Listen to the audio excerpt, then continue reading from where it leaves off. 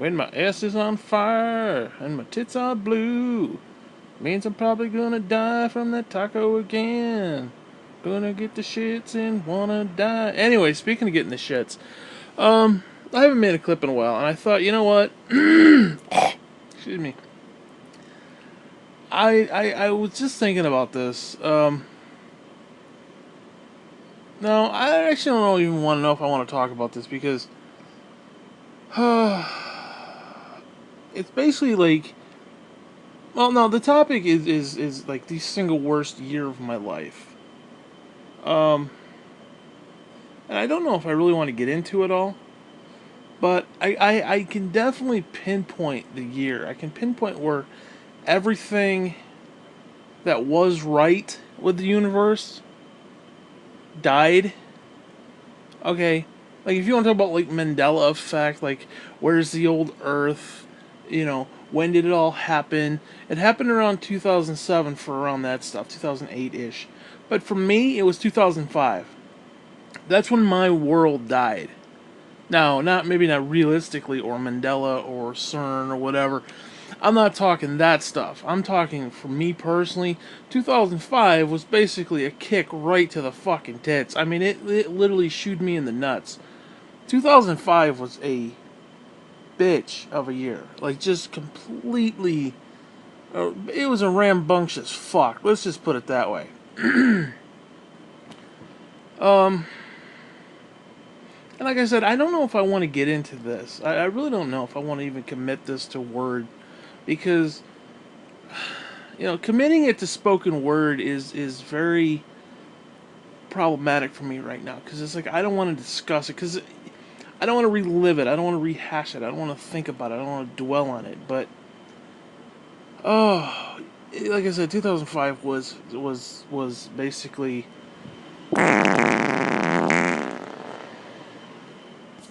it was basically the shits. Okay, it was basically a rancid, bean laden Taco Bell shit fest. And what's weird about the situation, and yes, I'm just gonna gloss over the fact I did that, but it started in December of 2004. And now you have to understand, and I don't want to go through all this shit, but for the sake of this clip, I have to. Um, I was born with spina bifida as a result of that, which again is basically the way they described it was like a gap in the vertebrae and the spinal, not necessarily the cord, but the spinal column, the spinal, whatever that is, protruded outward and created a visible sac. And when they went to repair it, and I always picture it like when you pop one of those Snapple caps and you hit the little indentation on top and it goes click click click click click click click click.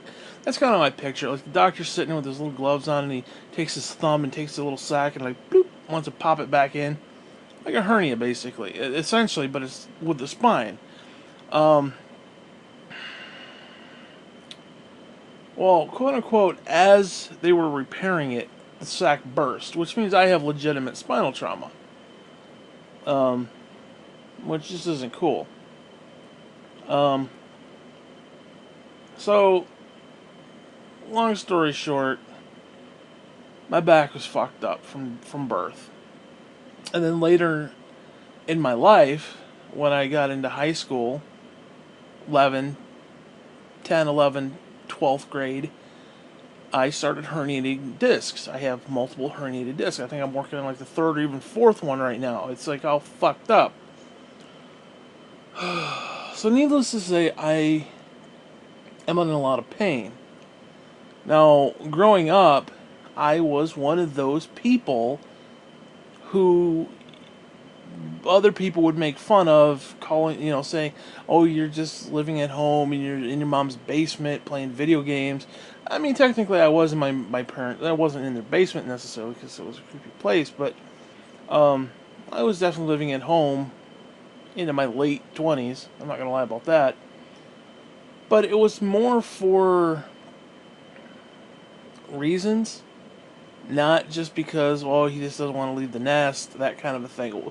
I mean, no, I don't want to leave the nest. Who the fuck would want to do that? I mean, seriously, it's like, at the time, why would I want to go out and get a job and do all that shit?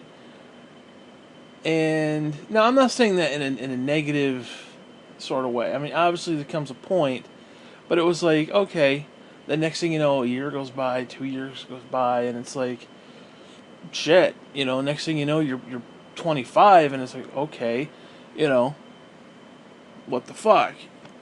So it was just one of those things.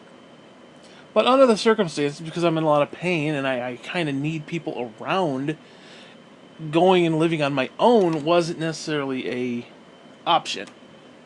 I mean, it just wasn't a good option. Let's put it that way. Um, so, so yeah, I was still living at home, and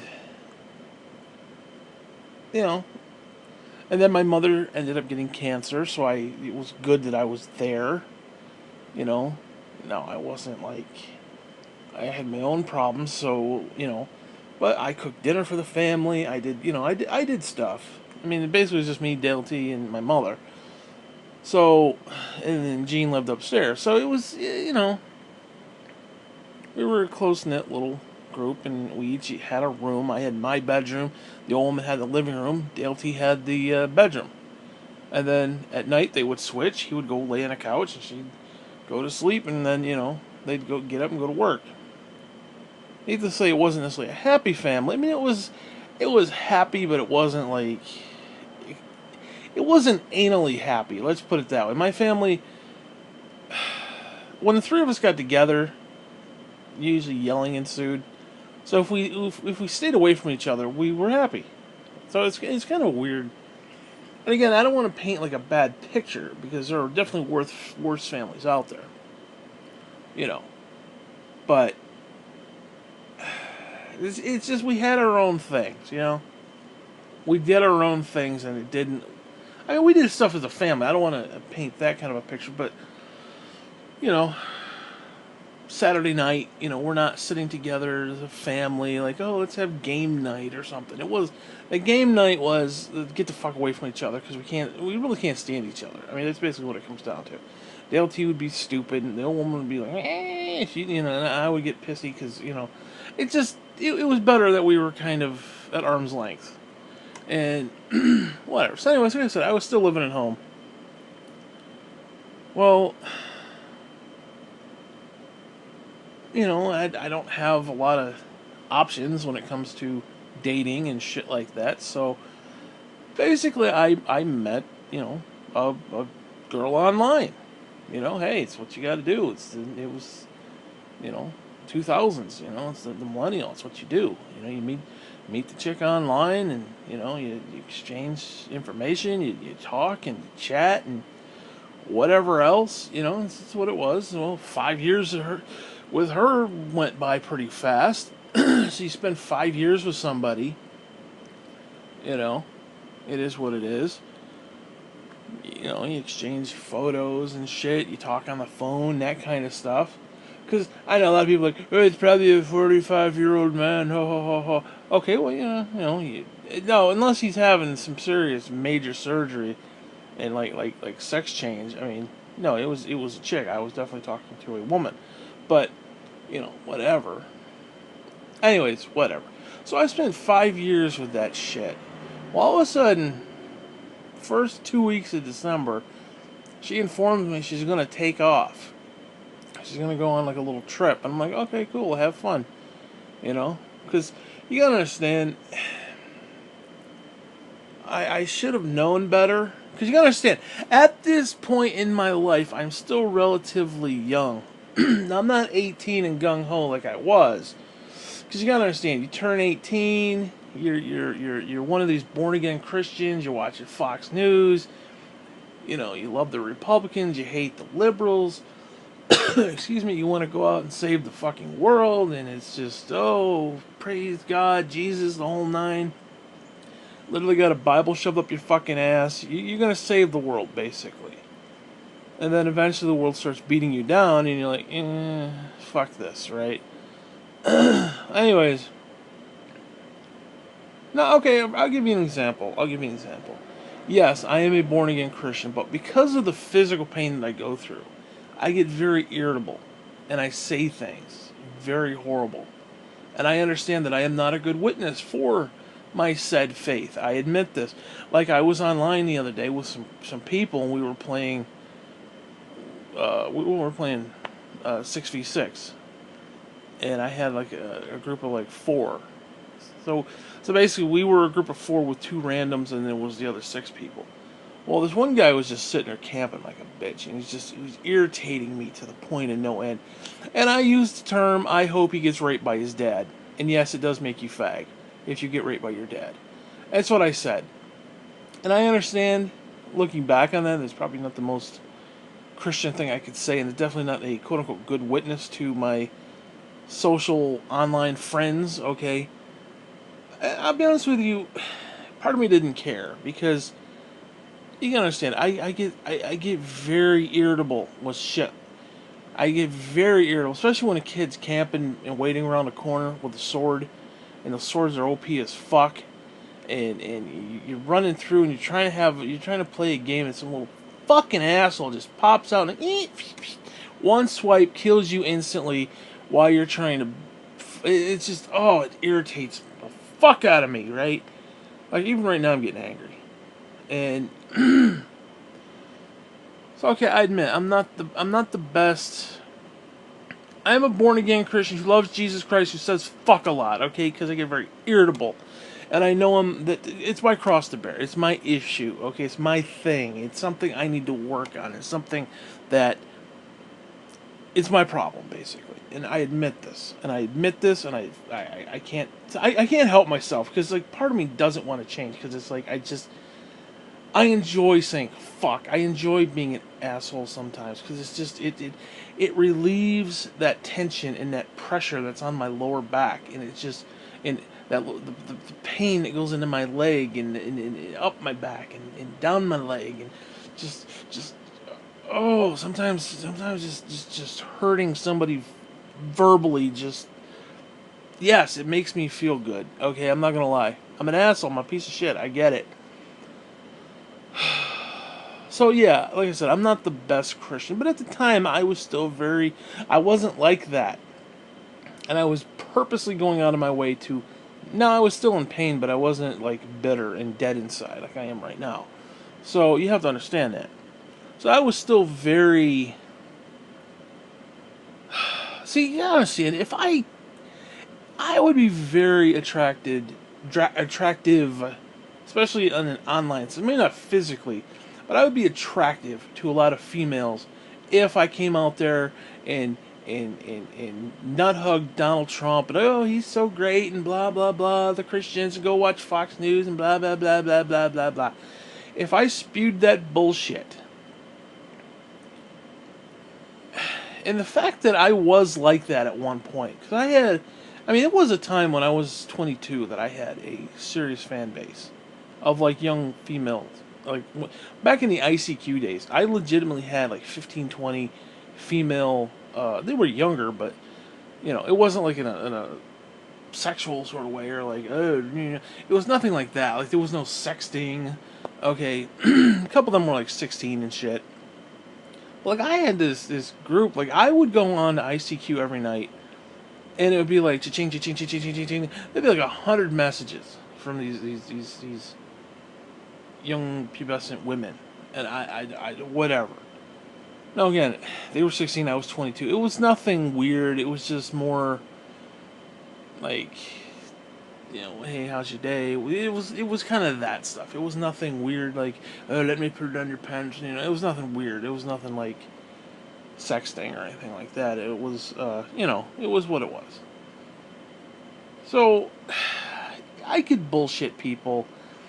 I could tell them what they want to hear. Like, oh, Trump is so great, and the Republicans are so great, and yeah, blah, blah, blah, blah, blah, blah, blah. Bullshit. I could do that. I could. But I am so bitter and dead inside right now that I can't, actually. I can't bring myself to be like that. Because I was like that. And meaningful, like in my heart, I was that. I was that anal fucking Christian who's a complete cocksucker at life. Who, yeah, I wanted to take away healthcare because those fucking Mexicans might get it. Okay, I was that person. I was one of those people who hated Bill Clinton and didn't know why. It's just he's a damn liberal. That's all the reason and I despised him. Like my church made me hate a man, and I didn't know why. I didn't care at the time. Like I'm looking back at it now, like, I had no idea. Now, okay, yeah, Clinton did some shit in the Oval Office. He lied under oath. Okay, we found that out later, but before that, like in '92, before he even took office, it was like they made me despise someone just because he had different ideas than me. And they, like Bill Clinton, I'm sorry, he's a socialist or he's whatever. Okay, whatever. And then I saw how they treated Obama. Okay, no, okay, you can sit there and say I disagree with him vehemently. Okay, fine. I don't have a problem with that. I didn't totally agree with everything Obama did either. But to sit there and just trash every single solitary thing he did. Now, okay, I admit they did it to Bush. I get it. Sean Hannity literally came out in his show and said, "Well, because of the way the liberals treated Bush, I'm going to do the same thing to Obama." And then he literally just nitpicks little stupid fucking things, and it's like, I don't understand that. You're supposed to be better than that, Sean. You fucktard. You stupid piece of trash. You Catholic fuck. You're supposed to be better than that, and you're not. You're a piece of shit. And I see that, and I saw how they treated Mitt Romney. I saw how entire Fox News treated Mitt Romney. They hated that guy. He was a Boston, Massachusetts liberal, so on and so forth. And then he gets the nomination, and like, oh yeah, he'd make a good president because he knows how to fire people. So again, I saw them take a 180, and it's like, you hated him 3 days ago, and now you love him because he got the nomination. And now you're backing him just because he has an R next to his name. And that to me was very telling. And that's when my life started to change. That was 2012. So up until about 2012, I was this anal fucking conservative Christian who's like, damn liberals. Well, you know what? What about the damn Christians? What about the damn Republicans? What about the shit that we do? And I say we. What about our bullshit? Let's stop looking at other people and stop fucking around with that bullshit. Looking over the fence and be like, oh, those damn liberals, those damn evil liberals trying to destroy America, blah blah blah. Why don't we look at our own shit? Why don't we look at the own filth that we've created too? So how about we go fuck ourselves until we die? How about that? So anyways, needless to say, like I said, there was a shift in my life around 2005. So anyways, like I said, I was born again Christian, gung ho for Jesus, love Jesus, the whole nine. God sent His only Son, but the world wouldn't perish, blah blah blah blah blah. Okay, fine. Well, this woman that this girl that I met, it was great. We had everything in common. Movies, you name it. You name it. Everything we said, like, because like you're trying to get to know somebody. You're like, oh, like, what are your favorite movies? Oh, those are mine too. What's your favorite color? Mine too. It was all that shit. It wasn't, like bullshit. Like whatever she said, I'd be like, oh, that I like that too. No, it was legit. I mean, we were, there was a legitimate thing there. Like for me, this was perfect. It was like, she could have been bullshitting me. I don't know, but whatever. But it was one of those things where I made a conscious decision where it's like, I'm not going to lie to this person. Like, I could tell this person, oh yeah, I've got the dick the size of a football field. My bank account is so big. I could bullshit the person, right? And I was like, no, if we're gonna be friends, I'll tell you the truth. I'm not gonna sit there and lie to you, so on and so forth. Now, come to find out, she turns out to be an Orthodox fucking Jew who hates Jesus Christ. Now, that put a little fucking damper on the friendship, not gonna lie. Looking back at it, to me, now it's just all religious, political bullshit that I really don't give a fuck about anymore, because I'm, like I said, I'm bitter and dead inside. But at the time, it was kind of like, oh shit. I really like this person, but she completely shits all over the person that I consider my savior. Okay, it's like, Jesus saved me from my sins, he's God, he comes to earth, he died for my sins, and he's gonna take me to heaven. And she's like, well, no, he's a bastard, he's a son of a bitch, and Mary was raped by Roman guards. So yeah, needless to say, there was a little bit of a wedge there, and it didn't turn out so well. So, for 5 years, it didn't matter. And then all of a sudden, it started to matter, because she was getting older. Her mother, whether she wants to admit it or not, was pressuring her to, oh, one of those, why don't you go meet a Jewish boy? Why don't you go meet a Jewish boy and get a whatever, a Jewish doctor. Go get a Jewish doctor. That bullshit, right? So she runs off, finds a fucking dentist. Oh, excuse me, I'm skipping ahead in the fucking story. I'm skipping the fuck ahead. So anyways, it's a week before Christmas, and she comes back from her little trip.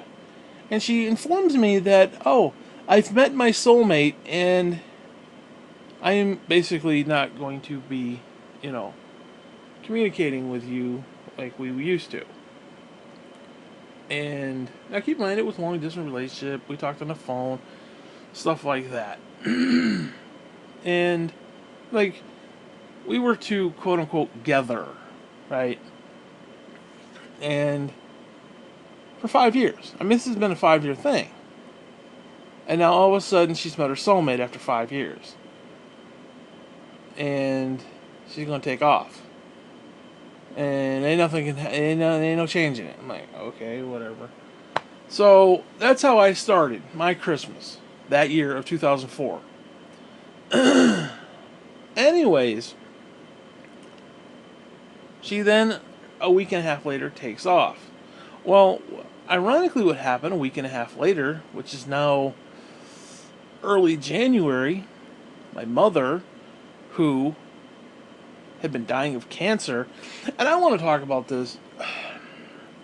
I get really fucking annoyed, just fucking up my fucking ass. Cocksucking bullshit, get fucking annoyed.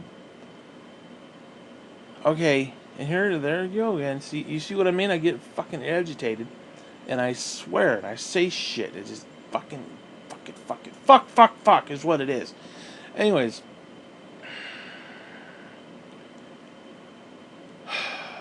I am so sick and tired of hearing people talk about, oh, I battled cancer, I won the battle with cancer. No, bitch, you don't win the battle with cancer. You know what cancer does? Cancer kicks your fucking ass, and if you happen to survive, if you happen by the skin of your fucking teeth, by the grace of fucking God, live through that, you're not the same person anymore. You didn't, oh, I survived cancer. No, you didn't. No, you didn't. Not completely, anyway. That shit takes a toll on a motherfucker, and it irritates me. Like, oh, I'm a cancer survivor.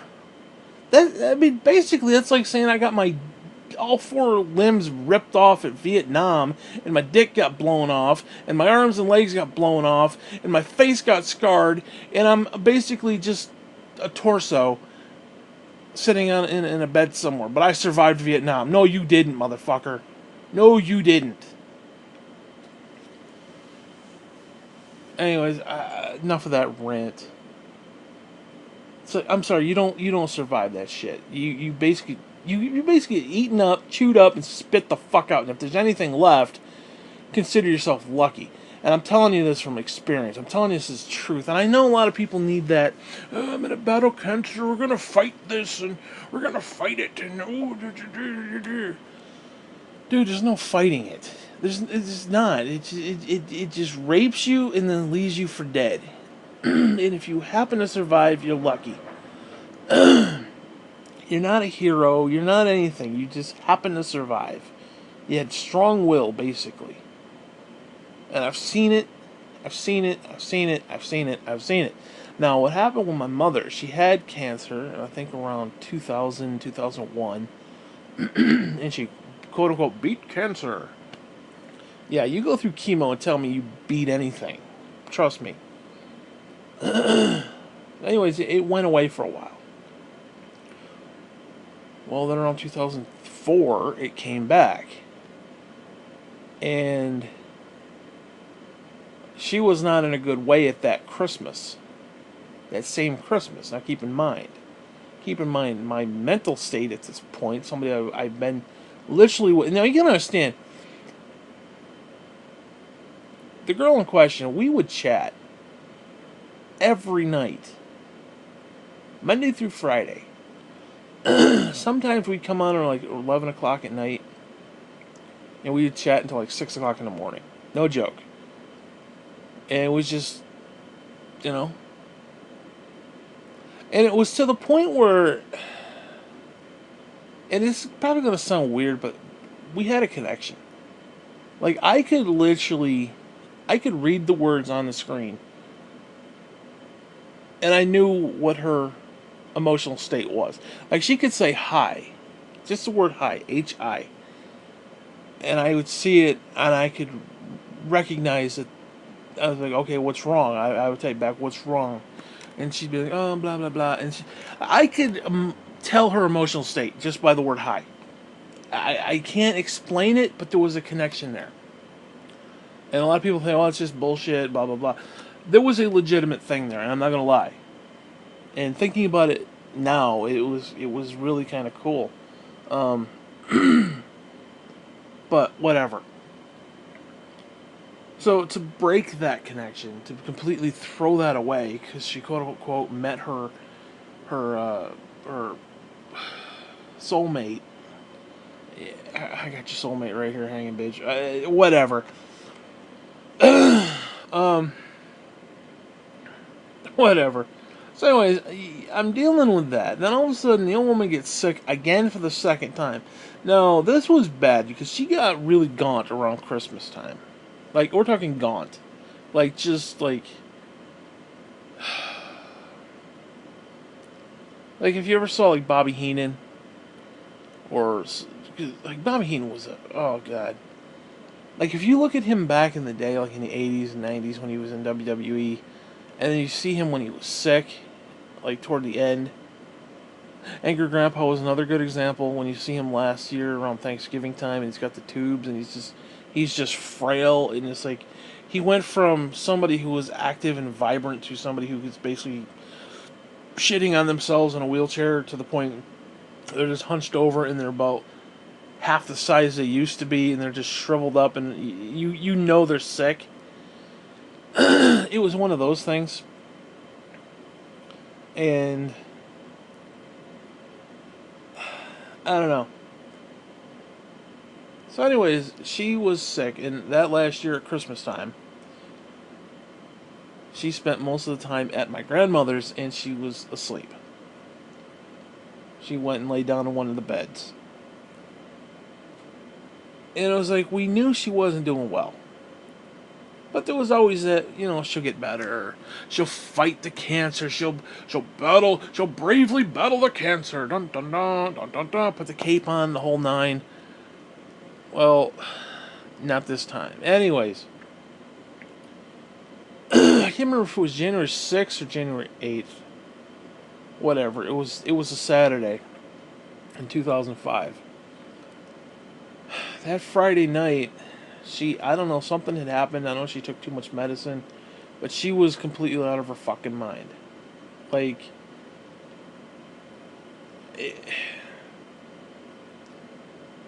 basically, Gene and my father had to escort her around the house. And she was, I'm not slurring, but she said something like, I need to pull this out, and she's referring to the hutch, because there was a drawer. She's like, I need to pull this out and sit. And Jean thought she meant she's going to pull out the drawer and sit on the drawer. It's like I knew what she meant because I knew what she was doing.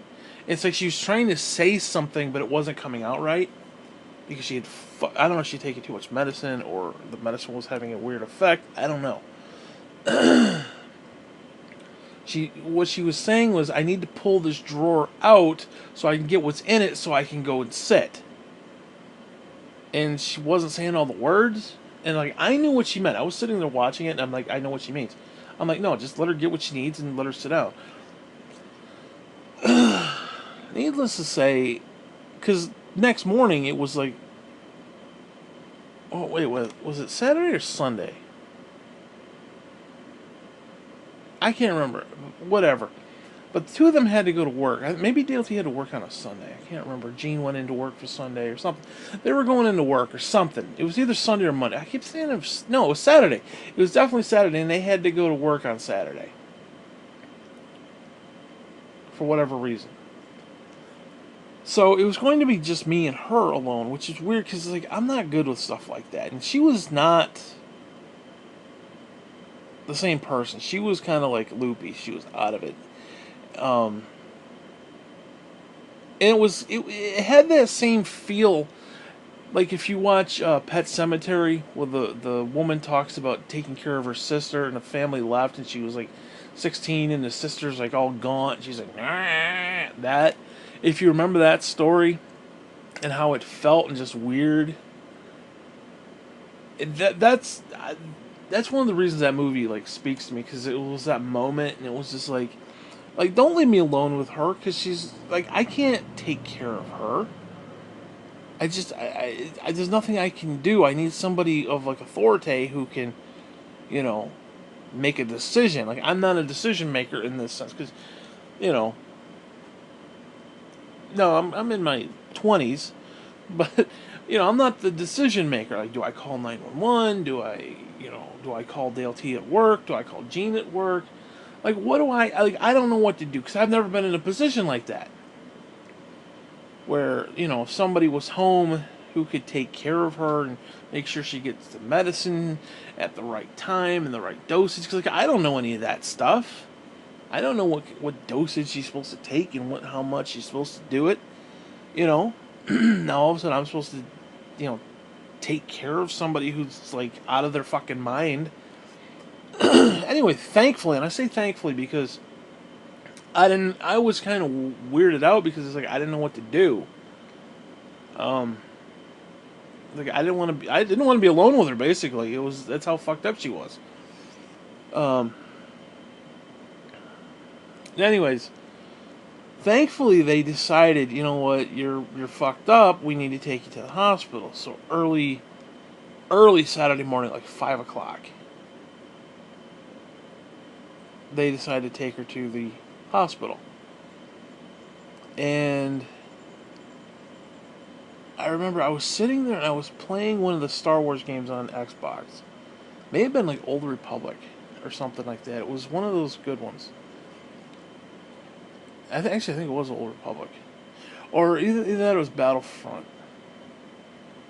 Maybe Battlefront 2, maybe, I think was out at the time. Whatever. I'm sitting there playing this Star Wars game. And all of a sudden I get a call. Because now keep in mind, I am home. Dale T's at work. Gene's at work. And I get this phone call because, again, early in the morning they took my mother to the hospital. I want her to be at the hospital because she really needs medical fucking care at this point. I cannot medically take care of her. I don't know what to do, and I'm very thankful she's not here at the house, and I'm thankful she's where she needs to be to get the help. Well, apparently, sometime around, I don't know, 10:30, 11 o'clock, I get a phone call. You need to come quick. And you need to get ready. We're going to go to the hospital. We're going to go see your mother because this is not good. And Dale T's going to come home from work. Now, he's only been at work for a few hours. He's leaving work to come pick me up. And it was really strange because it was like, this is it. Like, I knew for an instant, this is it. Because they were... Again, it was that phone call of come quick, get here quick, which I didn't really understand because when we heard the story, it really ain't no quick about it, but whatever. So, anyways, I'm like, oh shit. So I stop what I'm doing, I shower quickly because Dale T's gonna be there within like half an hour. I get dressed, so on and so forth, and we all head down to the local hospital. And we're sitting there, and of course, and this is one of the few times, and like I've had my issues with Pastor Morin, like just because I don't know, he basically threatened my mother's job a few months earlier, but just him being there, I have to admit, I was very thankful that he was there. Like he showed up, he was contacted, so this was like a big deal. My father's getting out of work. I'm told next to nothing, but I was told, okay, we need to get here quick. We need to get there like now. Like we need to get there shit. We need to get there 2 hours ago. Like we needed to be there already. And then he show up and Pastor Morin's already there, and it was like, anyways, I remember we're sitting there, and all of a sudden this I don't want to say big black woman, but this, she wasn't like rotund, but she was definitely a you know she wasn't a size 2, let's put it that way. And again, I don't mean that in a bad way. She wasn't like big, but she was, I don't know how to word it. She wasn't big, but she was big. She was tall, kind of big, like tall, big, not like petite, small, whatever. She wasn't like huge or fat or anything like that, but she was definitely not a small, tiny woman. You know what I mean? Um, Whatever. I don't know why I'm discussing that part, but anyway, she comes in and explains that my mother had a blood clot and she basically died. And we're like, what? What? We send her here to be taken care of, not to find out she's now fucking dead. And because it was one of those things where you knew it was happening, and you knew this was it. You knew this was the moment, and it was really it was surreal in the sense that, well, it was just surreal. There's no sense about it. It was I mean, you're sitting in this private room, and you got your clergy there. You got your father, your aunt. I think there was somebody else there, and you find out that she's already passed away. And because again, she was sent here to be taken care of. So it kind of bothers me that just some random stupid fucking problem based upon another random stupid fucking problem happened. So she didn't technically die of the cancer, although she was definitely dying and practically dead, and the blood clot was part of the problem, especially all the medicine she was taking and shit. And it was, she may not have been killed directly, but it was indirectly. But I don't know, it was really surreal. I can't. I mean, you have to picture the moment because you understand, like a lot of people, like if yeah, you love your mom, and if your mom dies, blah blah blah, it's going to be devastating. But you can understand, I was still living at home, so my mother and I did everything together, and our thing was watching movies. And I think about all the stuff that she missed from 2005 to now. Like, she would have loved all the Marvel stuff. She would have loved all the DC Universe stuff, all those movies. She would have loved House, the TV series. She would have loved House of Cards. She would have loved that. Um, I think about all the shit. Fringe. She would have absolutely loved Fringe. Um, just all these TV shows that we missed. And I think about that sometimes, and it just freaks me out. Because, whatever. Anyways, so she passed away, and we had to deal with the whole funeral thing, and it was just, that was, That was a fucking nightmare. Because it's like you're fucking numb. It's like I can't describe it, but like I don't know. I don't know how to say this, but like I can understand like demon possession because it's like the only way I could describe something like this is that it feels like I don't know. Picture your physical body like an Iron Man suit, and you got Tony Stark inside of it. That's kind of how it feels. It's like you're inside this suit, but the suit has now expanded about 10 feet in front of you, and there's a void in front of you. There's something in front of you. It's like you're still in there somewhere, but there's something in front of you looking out through your eyes, if that makes sense. Like imagine if it was just a shell. Like Tony Stark has that visor, and let's say the visor is your eyes. There's something entity, if you will, or presence, or something that is standing in front of you. Now imagine if Tony Stark had a suit like that, the two people could be in. So he's kind of like in the back. Somebody's standing in front of him, looking out, and they're seeing through your eyes the world around you. That's the only way I can describe it. Well, at this moment, it felt like if somebody split me from like the top of my head all the way straight down to my feet, and split me open like 5 feet, and the actual me is standing like in the back, while something else is standing in front of me, like operating through me, so to speak. Like I'm sitting there watching this entity work through, like I said, work through me. I can't explain it fully, but that's how it felt.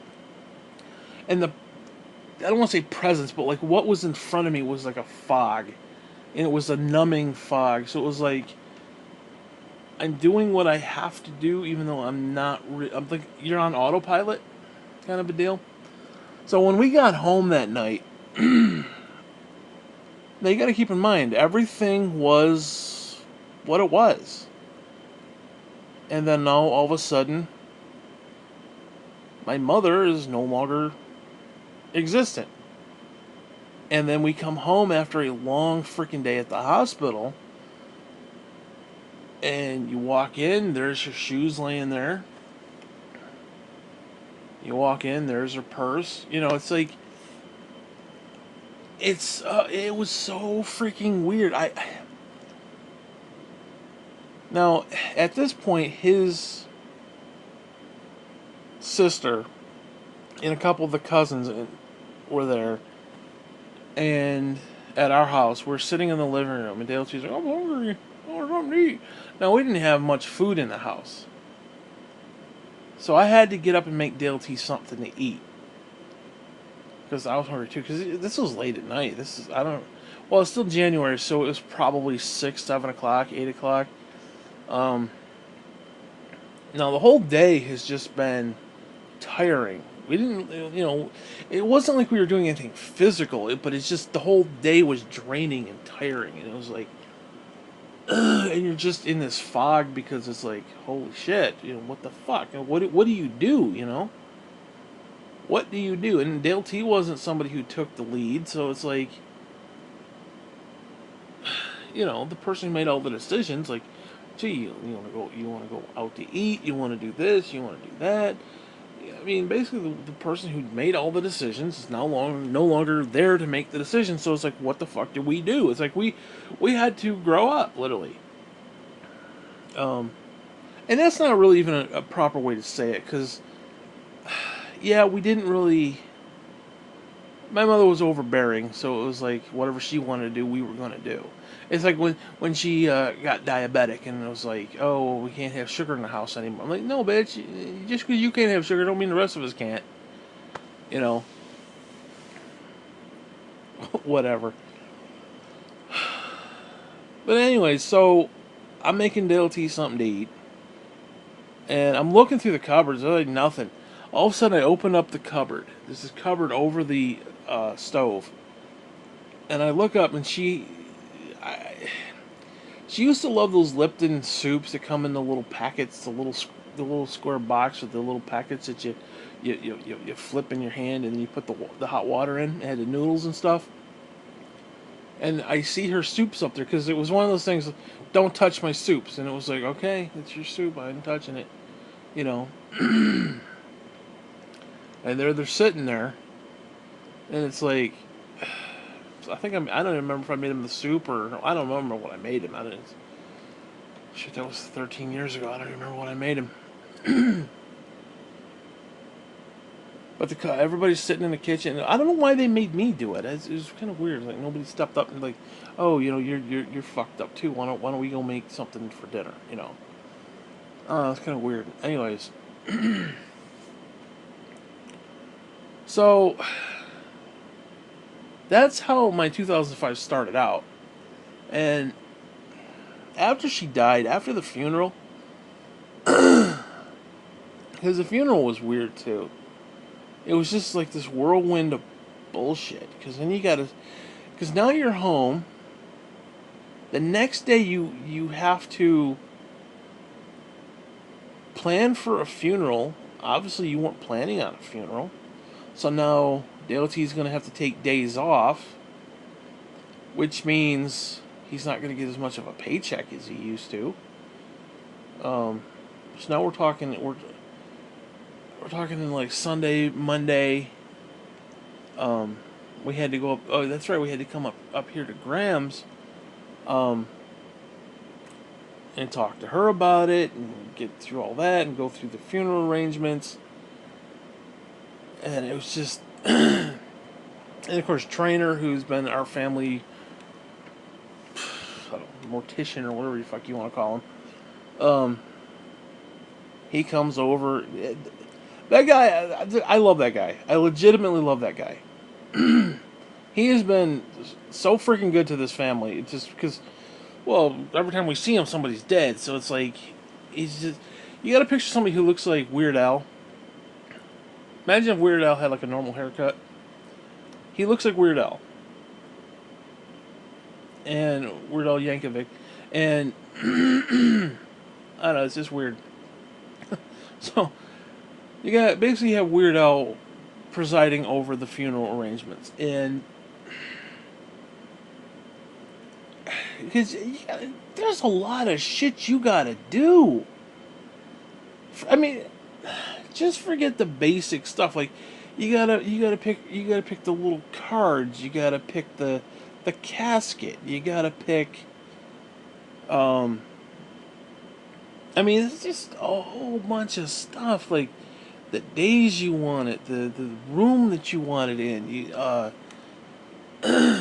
I mean, it's just so much little nuanced bullshit, and then not even that, not even the funeral part. But then there's like credit cards you got to deal with, and banks you got to deal with, and if somebody died, you got to deal with their cable, you got to deal with their, just you got to deal with a lot of stuff. I mean, and one of the things that I notice is that when people die, all their possessions get scattered to the four winds. It's like my mother had these jewelry boxes. I really wish the cousins had left them the fuck alone. I wish I had gone in and taken them and just like kept them, because like they had all her like private stuff, and the cousins just kind of went through and ransacked it.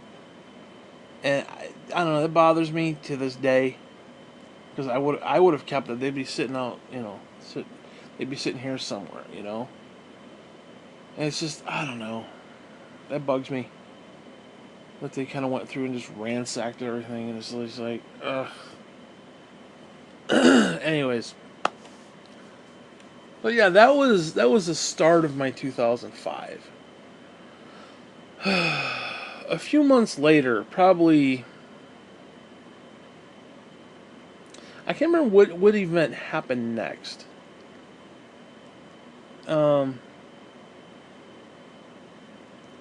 want to say, no, let's see, that was January, so figure February, March, April, May, June, July-ish.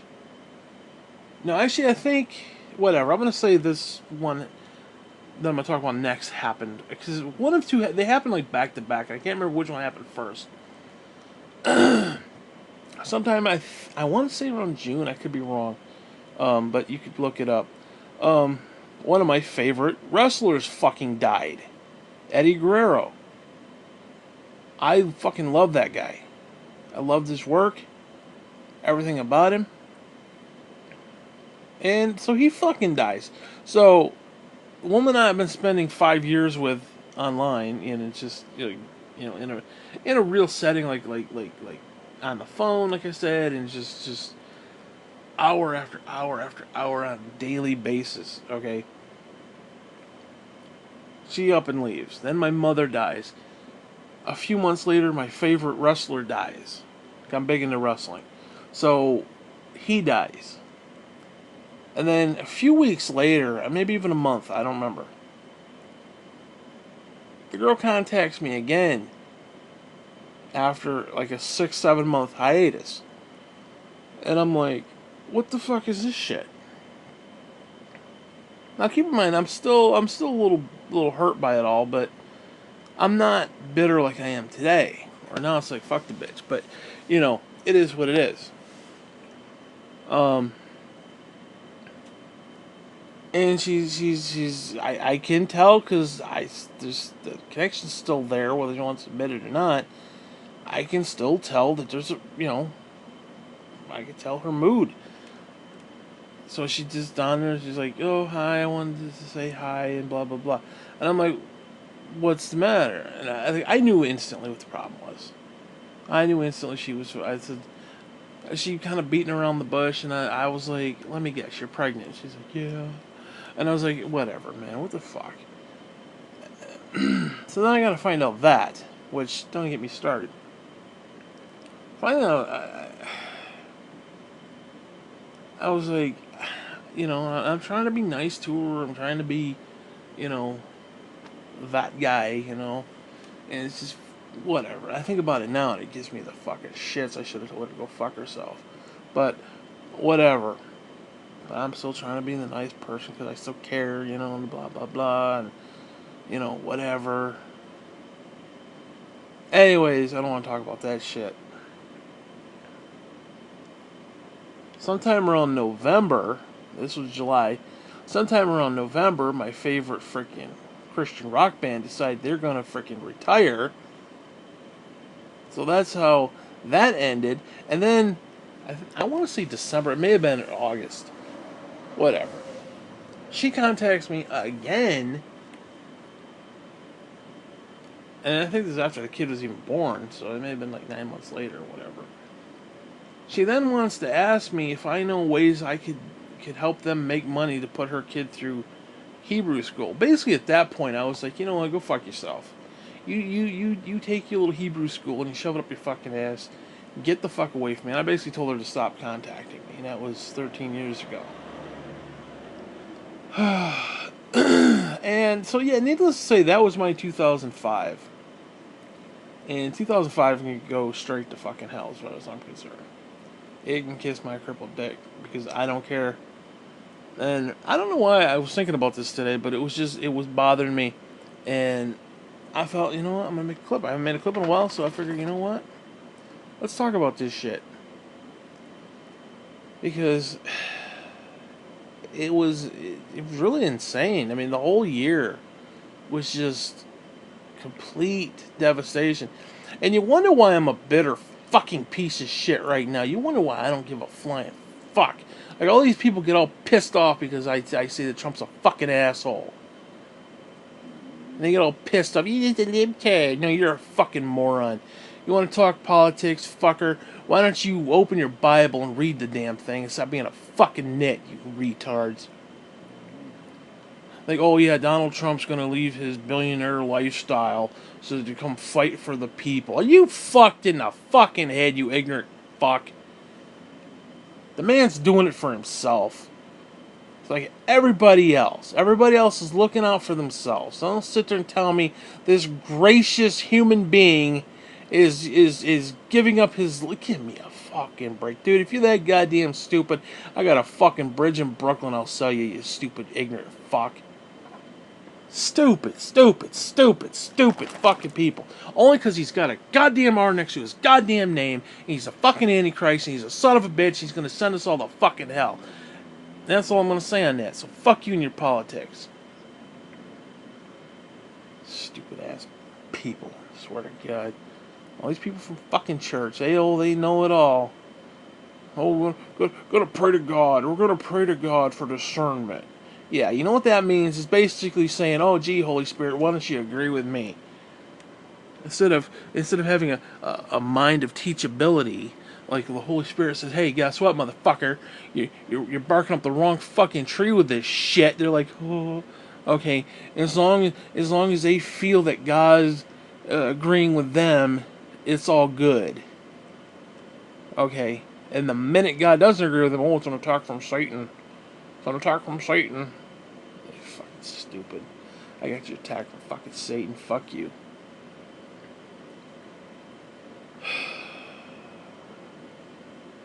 I don't know, man. It just irritates me. I sit there and I watch this shit. I watch this hypocritical fucking bullshit from these people. It pisses me off. It's like you say one thing and then you fucking do another. And you sit there and you take your little politics and you take your little Bible and you think they're one and the same. The conservatives are not Christian. I don't give a fuck. Well, they care about abortion issues. So the fuck what? So the fuck what? I mean, okay, so you care about a fucking fetus, but then the minute he's born, you don't give a flying fuck about him. You sit there and use terms cradle to grave. You goddamn right, cradle to grave. God will provide all of my needs. It doesn't say how, why. It just says God will provide all of my needs. What if he uses government assistance to pay for your fucking needs, asshole? Well, that's socialism. Dude, the whole Bible is socialism. The whole point is we can't do it on our own. We have to accept the free gift of salvation. Can we save ourselves? Can we do it without Christ? Then shut the fuck up. You ignorant assholes. You self-righteous fuck. It's socialism. Okay, well if it's socialism, then guess what? You don't need Jesus for salvation, you fuck. You ignorant asshole. You do it on your own. You pull yourself up by your own fucking bootstraps, right? Right? Right? Rugged individualism, right? You ignorant assholes. I'm sorry. We are told that we are supposed to be like Christ. That means in all fucking things. That don't mean just on Sunday, you fuckers. That means all the time. Now, I'm sorry. Jesus wasn't a wishy-washy prick. He wasn't like, well, and then turn around Monday through Friday and act like a fucking political asshole. Give me a break. Stupid. Fucking bullshit.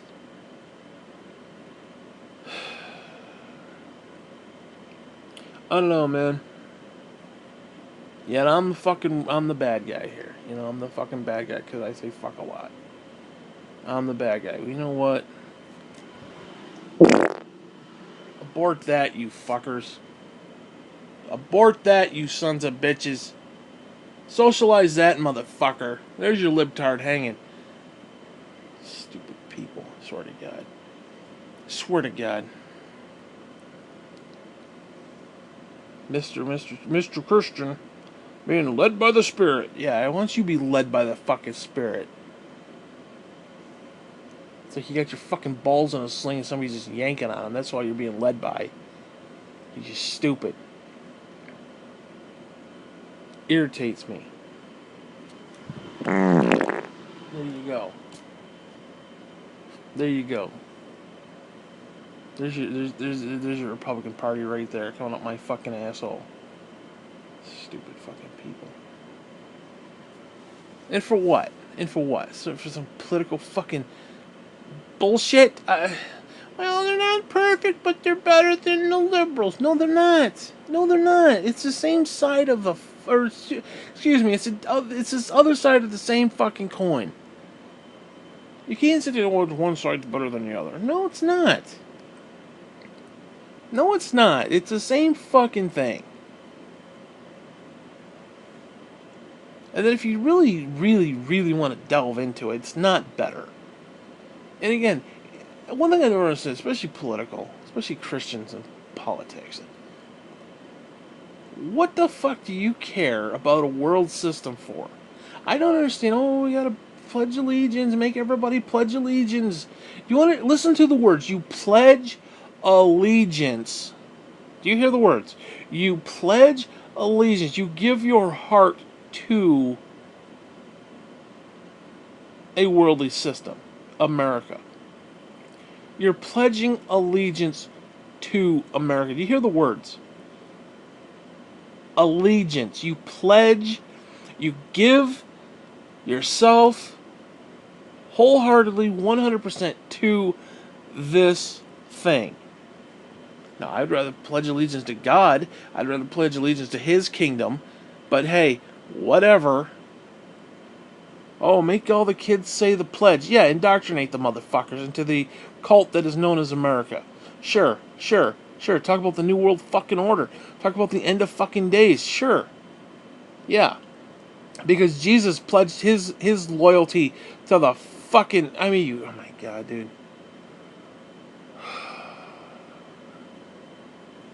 I don't know, man. I just... Sometimes I weep bitterly for my own sanity, because it's like... But again, you can't tell these people nothing. They know it all. The idea that the beast has entered fucking Jerusalem, hey, oh, we got our embassy in there, thank God. Fulfilling prophecy. You know what happens when prophecy is fulfilled? That means we are all going to die. Die. Do you hear that? I don't want to die. I don't want to die. There's this Jim Baker, oh, it's exciting. We're seeing prophecy being fulfilled. No, it's not exciting, motherfucker. What is exciting about the end of the fucking world? Billions are going to die. Do you understand that? You are Hitler, motherfucker. You are worse than Hitler. I mean, at least Hitler knew what he's doing. At least Hitler's like, hey, you know what? These guys are fucking assholes. Let's get rid of them. Okay. It's like the Palestinians. They're being assholes. Let's just wipe them all out. Okay. You could maybe make the argument that we would probably be better off if either Palestine or Israel were wiped off the face of the earth, either or both in some cases, that as a collective we would probably all be better. The needs of the many outweigh the needs of the few, kind of a deal. Now, I'm not suggesting one way or the other, but I'm just saying as a collective universe, as a collective whole, as a human being, we would probably be all better if one side or the other disappeared. It's just how it is. It's horrible, it's mean, it's genocide, but it is what it is.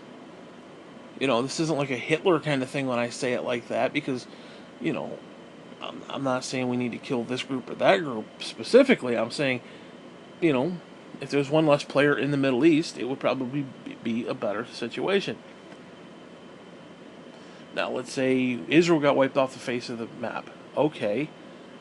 Do you really want a bunch of Muslim assholes running around? Jihad and everything? No, that's not a good thing. So it is what it is.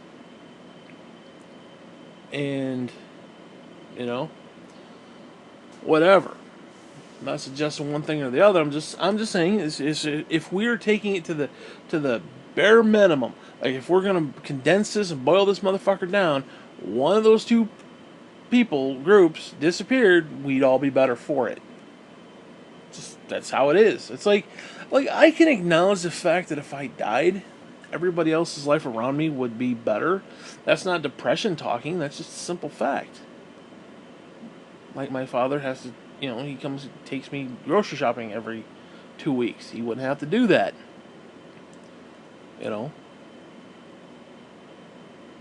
They could rent out this part of the house and make a lot of money off of it.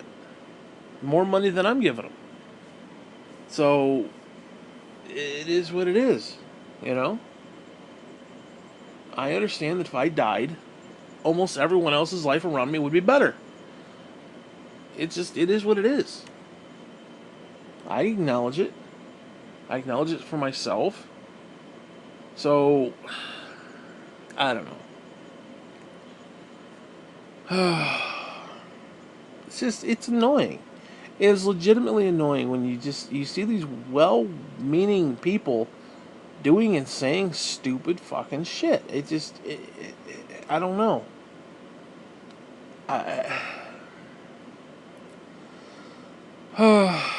Anyways, so what else is there? Is there anything else? Was there anything else going on in 2005? Oh god, I don't even know. I can't even remember. It was 2005 was just such a kick in the fucking nuts. It really was. It was a legitimate kick to the nuts. Like, you couldn't pay me to go back to 2005. I mean,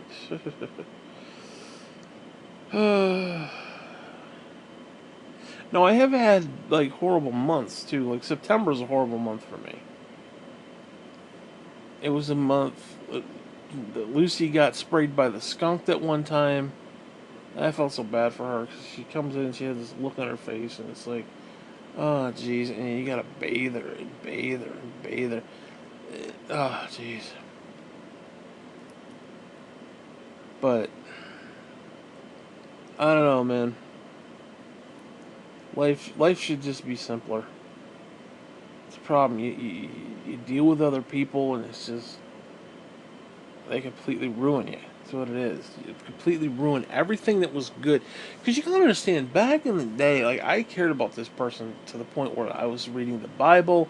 I was trying to be, biblically sound and shit. And it was like I was studying God's word and the whole thing. And it was like I was all gung ho. I was, you know, 18 to 20, and it was like, here we go. We're gonna go save the universe. No, I don't give a fuck about the universe. I hope everybody fucking dies. You gotta understand, the minute I pass from this fucking plane of existence, fuck you all. I hope you all die. I don't care about any of you. I'm not gonna sit there and lie. I'm not gonna sit there and parse words with that shit. Like, people say, "Oh, what about the environment for our grandkids?" Fuck your grandkids. The minute I die, I hope you and your grandkids all die too. I hope the entire universe implodes on itself. Yeah, I admit I'm a selfish prick. I admit that. You know, I mean, the idea that you're gonna move on without me, fuck you. Fuck you. I ain't got time for that. We should be walking hand in hand into eternity, but no. Instead, I'm off in the fucking stars somewhere, and you're off enjoying your life. Fuck you. I ain't got time for that shit. I don't even want to talk about. I don't even want to talk about that stuff because it just freaks me out. Yeah, God and Satan and the whole thing, all that shit freaks me the fuck out. It does. It legitimately freaks me the fuck out. Because the idea that there's beings out there that manipulate us, and it pisses me off. Like, unless I'm missing the point, or I'm just taking like the Hollywood concept, but I don't know, the idea that human beings are going to go to hell and get tormented by demons and shit. I don't understand why they get any special treatment of any kind. They're the ones who should be tortured by us, if anything. And I don't understand why they get the right of way every single fucking time. Like, who are they to abuse us in hell? I don't understand that. I just don't get that. I got really fiery pissed off about that. I should have made a clip, but I was sitting in the chair and I didn't have any way to record it. And I went on for like an hour bitching about it. It was a great fucking rant too. I wish I had, like I said, I wish I had recorded it. I'm tired. I don't get a lot of sleep anymore because, well, this fucking dog, he wakes me up every chance he can. Like, I'll sleep for a couple hours, he'll jump on my chest, and he'll like, he wants to do this thing where he lays his face against my face, and he wants to like suffocate me. And it's like, what the fuck are you doing, dog? Anyways, I don't want to talk about that. Anything else going on? I don't know. I don't think there's anything else really to talk about. Um,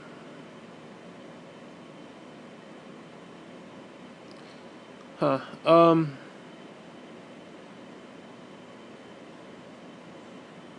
Oh yeah. Speaking of 2005, and then I forgot to mention, few months after my mother's death, Del T takes off, whoring it up in Camden with his mistress. I don't even want to talk about that. But he literally moved out of the house. So for most of 2005, when I say I was alone, granted Jean was upstairs, but she worked all day. She basically went from like 9 to 9. She worked like 12 hours every day. Um, so I was home like all the time by myself. Me and the dogs, and it was like it's just crazy.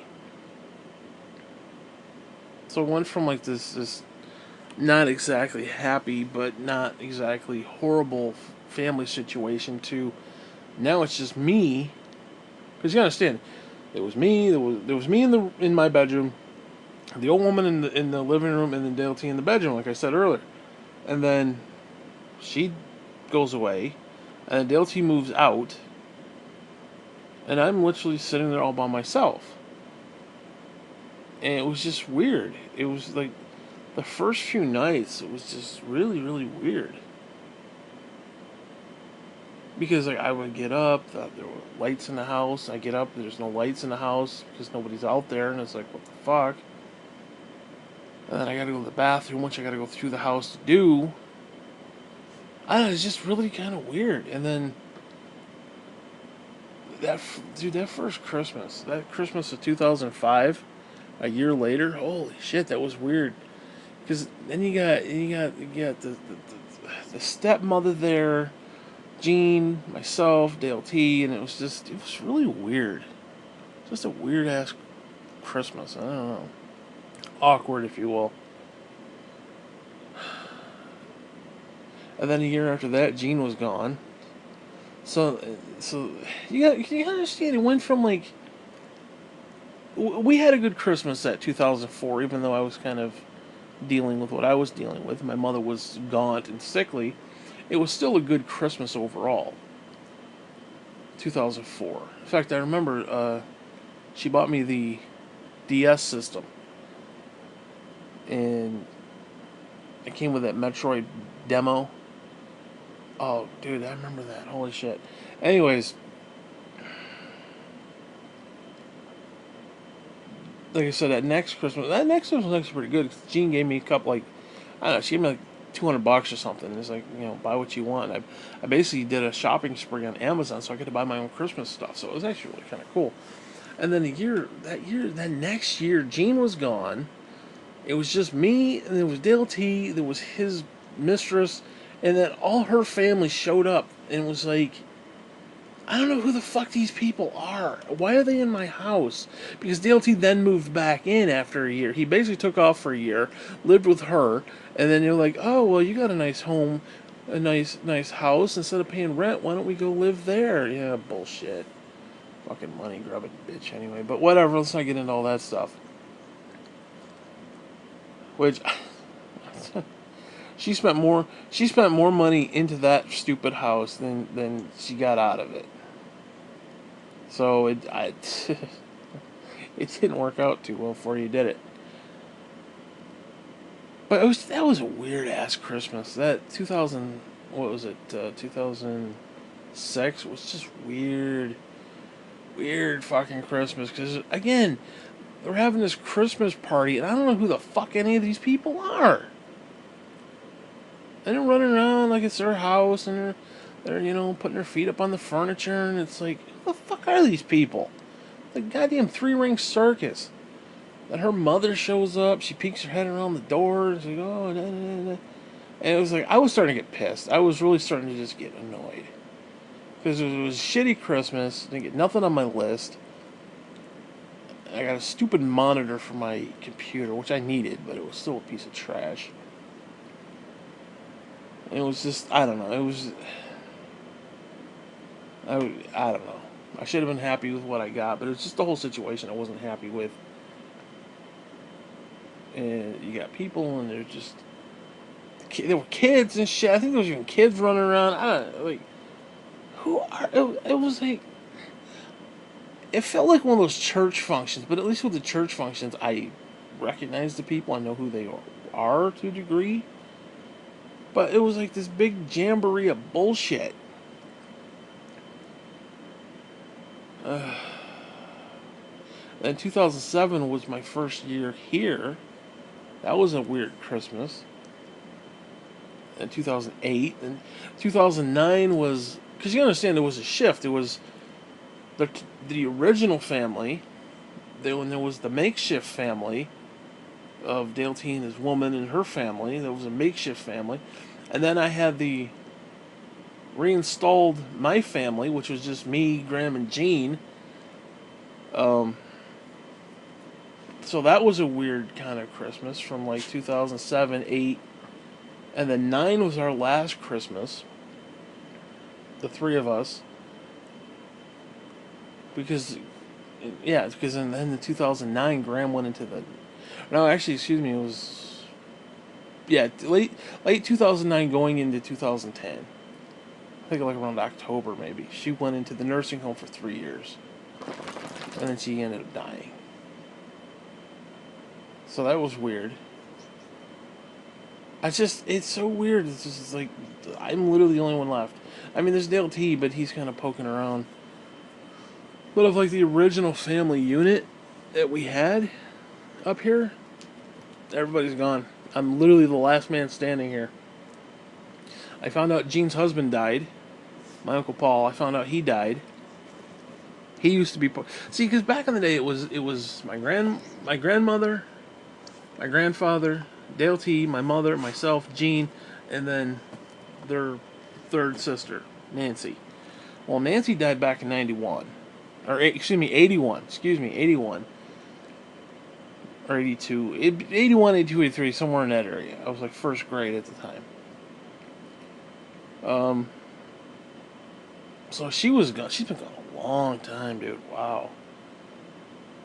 It kind of freaks me out just thinking about it. I'm starting to like have panic attack thinking about it. I gotta because like I can talk about it, but if I dwell on the fact that it's been over 30 years, it just holy shit. It's just weird. I can't dwell on that shit. And then I think I talked about this in the other clip. Then my grandfather died in '93.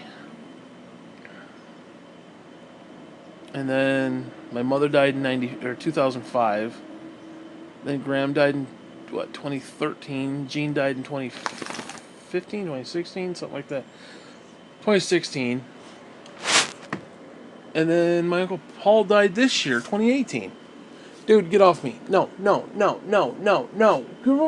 Don't you stick your tongue in my mouth, mister. How dare you, sir. Man, give daddy hugs. You give daddy a hug. You're gonna stick your tongue in my mouth, you're gonna give me a hug, at least. Buy me dinner, motherfucker. So it's been a weird life. It's been a really weird few years, man. So now I'm literally sitting here alone with a stupid dog who wants to tongue fuck me in the mouth. Which, I appreciate, but I don't know, it's just really weird highs to lows to insanity to holy shit. And people wonder why I'm fucking angry all the time. People wonder why I'm so pissed off. People want to forsake me on Facebook because they don't like what I'm saying about Trump. And they don't like what I'm saying about the Christians. They don't like what I'm saying about the Republicans. And it has nothing to do with becoming quote-unquote a libtard. It's a matter of I'm sick of people acting like idiots, I'm going to call out your bullshit, basically. People don't want to hear that. People don't want to hear it. They want to live in their own little la-la land. They want to live in their own little foregone conclusion of bullshit. And I'm not going to let them. And they don't like it. At the end of the day, all I got to say is, fuck you. And I'm going to end the clip with...